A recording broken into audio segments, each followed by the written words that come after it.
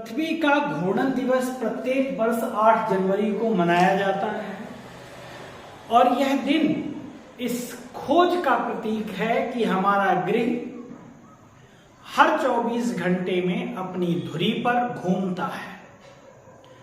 फ्रांसीसी भौतिक वैज्ञानिक लियोन फौकाल्ट के 1851 के उस प्रमाण की वर्षगांठ है कि पृथ्वी अपनी धुरी पर घूमती है। पृथ्वी के घूमने की घटना से हम सभी परिचित हैं। ऐसा तब होता है जब हमारा ग्रह ऊर्ध्वाधर अक्ष पर यानी एक्सिस पर, वर्टिकल एक्सिस पर सूर्य के चारों ओर घूमता है। 2024 में पृथ्वी के घूर्णन दिवस को मनाने का विषय हमारे ग्रह की गति की खोज का सम्मान है। पृथ्वी का व्यास उत्तर से दक्षिण ध्रुव तक 12,714 किलोमीटर और भूमध्य रेखा से 12,756 किलोमीटर है। पृथ्वी पर दिन लंबा होता जा रहा है। पृथ्वी की सतह पर 71% भाग जल से ढका हुआ है और इसमें से केवल 3% मीठा पानी है यानी पीने योग्य जल है, जिसमें 97% खारा पानी है। घूर्णन पृथ्वी की धुरी पर गति है। सूर्य के चारों ओर एक निश्चित पथ में पृथ्वी की गति को परिक्रमण कहते हैं। भूमध्य रेखा पर पृथ्वी की परिधि 40,075 किलोमीटर है। पृथ्वी को एक चक्कर लगाने में 23 घंटे 56 मिनट 4.09 सेकेंड का समय लगता है, यानी 24 घंटे में एक चक्कर पूरा करती है या घूर्णन करती है। अगर हम देखें उसकी गति को निकालें तो पृथ्वी को अपने अक्ष पर एक चक्कर लगाने में 23 घंटे 56 मिनट 4.09 सेकेंड का समय लगता है। एक घंटा जो है वो 60 मिनट के बराबर होता है, तो 24 घंटे बराबर हो जाएगा 1440 मिनट, यानी 24 गुणे 60 मिनट कर देंगे तो मिनट निकल आएंगे। घूर्णन गति यानी स्पीड निकालेंगे तो डिस्टेंस अपॉन टाइम हो जाएगा।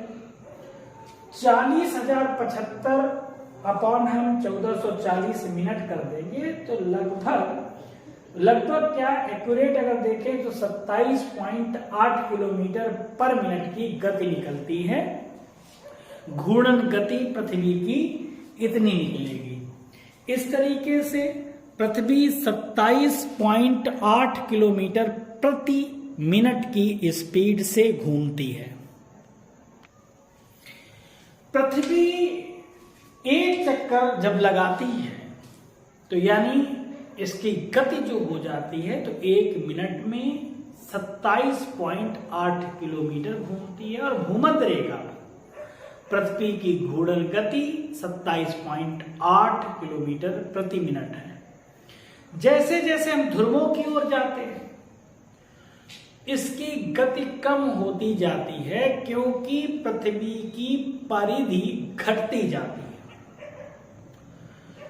पृथ्वी के घूर्णन का प्रभाव जो पड़ता है तो सबसे पहले हवा की दिशा पर प्रभाव पड़ता है।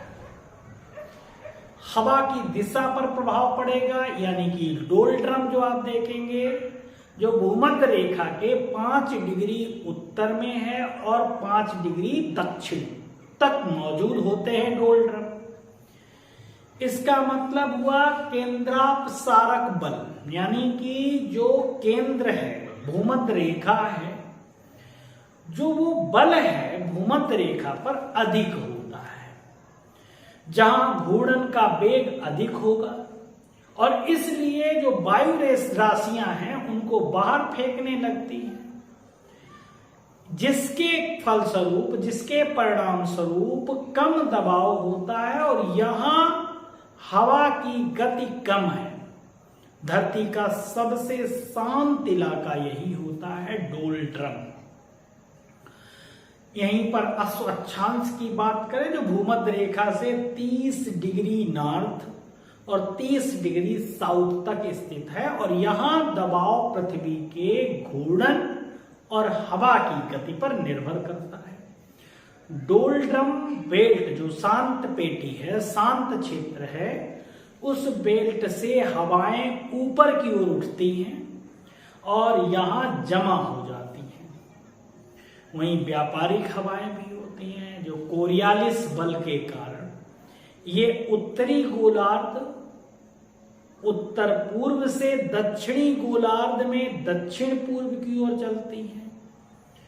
पूर्वी हवाएं और पश्चिमी हवाएं पृथ्वी के घूमने से विक्षेपित हो जाती हैं। ये हवाएं, पूर्वी हवाएं ये बन जाती हैं, जबकि पश्चिमी हवाएं उत्तरी गोलार्ध में पश्चिम से चलती हैं।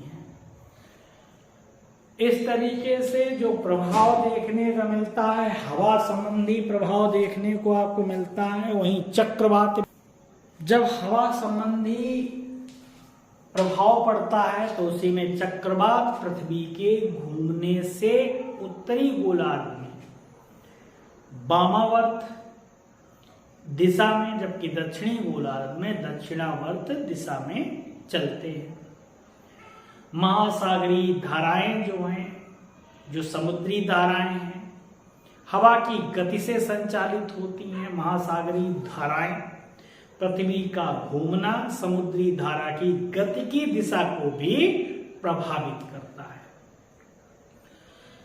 धारा जो होती है वो सर्पिल पैटर्न में कोरियालिस बल के प्रभाव के कारण होता है और उत्तरी गोलार्ध में धारा दाहिनी ओर जबकि दक्षिणी गोलार्ध में बाईं ओर चलती है।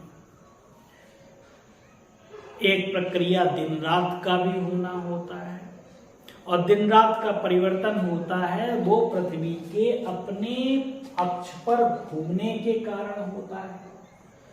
अपने एक्सिस पर घूमेगी तो दिन रात होगा। ये जो है ये कुछ प्रभाव पड़ते हैं और 8 जनवरी को पृथ्वी का घूर्णन दिवस मनाते हैं, प्रतिवर्ष मनाते हैं। तो इस तरीके से पृथ्वी के घूमने के जो प्रभाव हैं वो भी पृथ्वी पर पड़ते हैं, चाहे समुद्री धाराएं हों, चक्रवात का आना हो, दिन रात का होना हो, कोरियालिस बल का क्या प्रभाव पड़ता है, ये सब रीजन कारण जो है इसी के हैं। Thanks for watching.